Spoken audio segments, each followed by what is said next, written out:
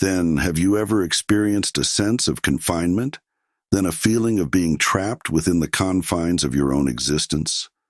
Perhaps you've questioned the nature of reality, then pondered whether there's more to life than meets the eye.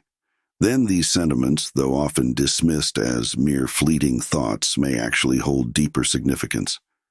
Then, what if I told you that many ancient traditions and philosophies suggest that our existence is akin to living in a prison? Then a complex web of deception and control may be ensnaring us, challenging conventional understandings of life according to Gnostic teachings. Then the material world, then including our physical bodies, is regarded as a realm of illusion created by a lower imperfect deity known as the demiurge. In the Gnostic text, the hypostasis of the archons is written, and they took Adam and put him in the garden so that he might cultivate it and keep watch over it. And the archons commanded him, saying, "From every tree in the garden you shall eat, but from the tree of recognizing good and evil do not eat nor touch it, for the day you eat from it with death you are surely dying."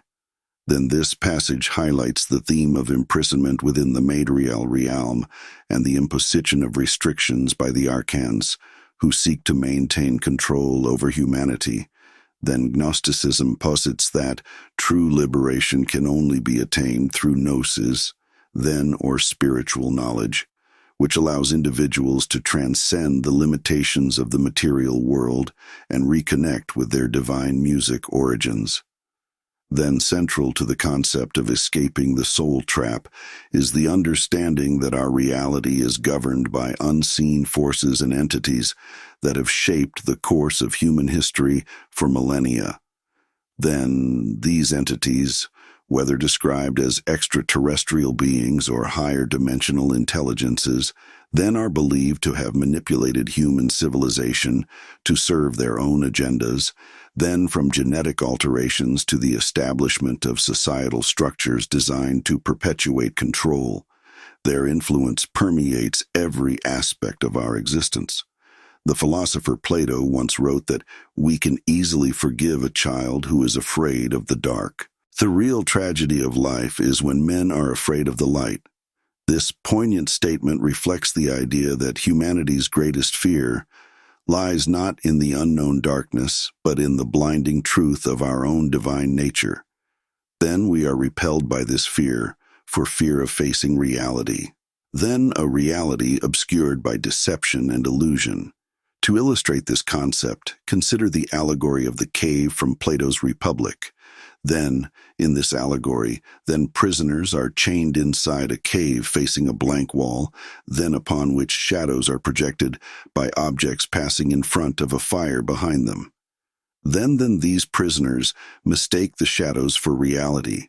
Then, unaware of the true nature of the world, then beyond the cave, similarly finds itself ensnared within the confines of the material realm, then captivated by the illusions of the senses and oblivious to the higher truths that lie beyond.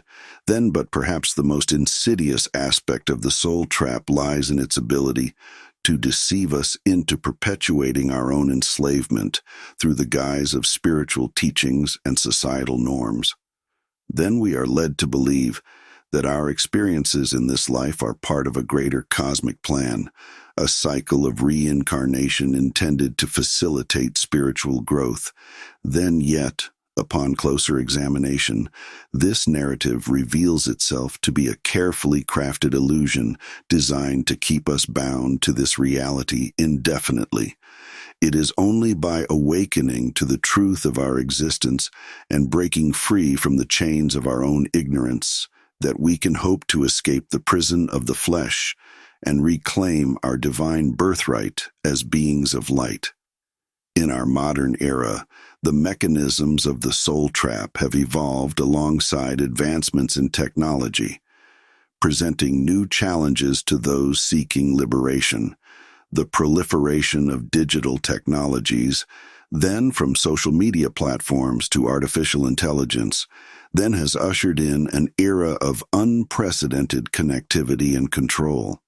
Then, while these technologies offer unparalleled convenience and access to information, then they also serve as potent tools of manipulation and surveillance, then further entrenching us within the confines of the soul trap. Then, the emergence of the digital age has given rise to a new form of imprisonment, then one in which our thoughts, then behaviors, and even our identities are commodified and exploited for profit. Then social media algorithms, for example, are designed to curate our online experiences. Based on data collected from our browsing habits, preferences, and interactions, they create echo chambers of information that reinforce existing beliefs and perspectives, making it increasingly difficult to break free from the confines of our own ideological bubbles. Furthermore, the integration of technology into every aspect of our lives has blurred the boundaries between the physical and virtual realms, then further obscuring the true nature of our existence. Virtual reality simulations, augmented reality experiences, and immersive gaming environments offer tantalizing escapes from the monotony of everyday life. But they also serve as digital prisons, trapping us within artificial constructs designed to distract and pacify our consciousness. Then, as we become increasingly reliant on technology to navigate the complexities of modern existence, then we unwittingly surrender our autonomy and agency to unseen forces that seek to control our thoughts and actions. In this digital age, then, the soul trap takes on new dimensions, snaring us within a labyrinth of ones and zeros where freedom is but a distant memory. Then, the concept of reincarnation, often presented as a fundamental tenet of spiritual growth and evolution, plays a pivotal role in perpetuating the soul trap across various religious and philosophical traditions. Then, the notion of cyclic rebirth is deeply ingrained, with individuals taught to believe that they must undergo multiple lifetimes to fulfill karmic obligations and attain spiritual enlightenment. Upon closer examination, however, this narrative reveals itself to be a cunning deception that serves to keep humanity snared within the confines of the material realm and ancient wisdom. Traditions such as Hinduism and Buddhism espouse the idea of samsara, the cycle of birth, death, and rebirth driven by the accumulation of karma.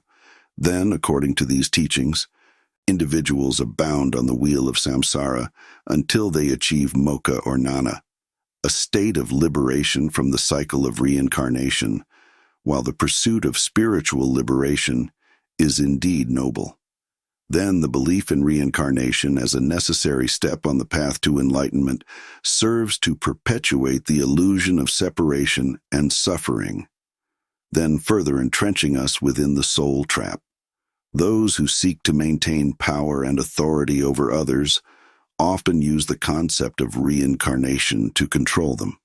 Religious institutions, spiritual gurus, and New Age practitioners alike wield the promise of future lifetimes as a means of instilling fear and obedience in their followers, by convincing individuals that they must adhere to specific doctrines or perform certain rituals to avoid unfavorable rebirths.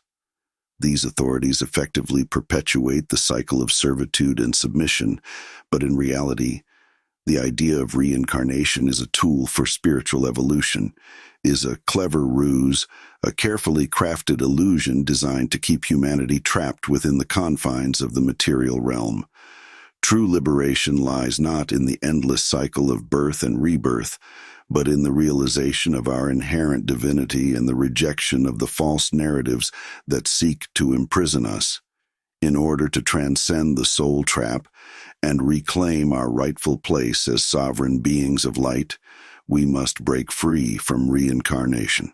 Then the journey towards liberation from the soul trap is one of profound self-discovery and empowerment. It begins with the recognition that we are not merely physical beings confined to the limitations of our bodies, but infinite expressions of consciousness with the power to transcend the illusions of the material realm. Then this realization serves as the catalyst for our liberation, igniting a flame of inner knowing that guides us on the path towards freedom. As we awaken to our true nature as sovereign beings of light, we reclaim our inherent power and authority over our own destiny, no longer bound by the dictates of external authorities or the constraints of societal norms. We chart our own course through the vast expanse of existence.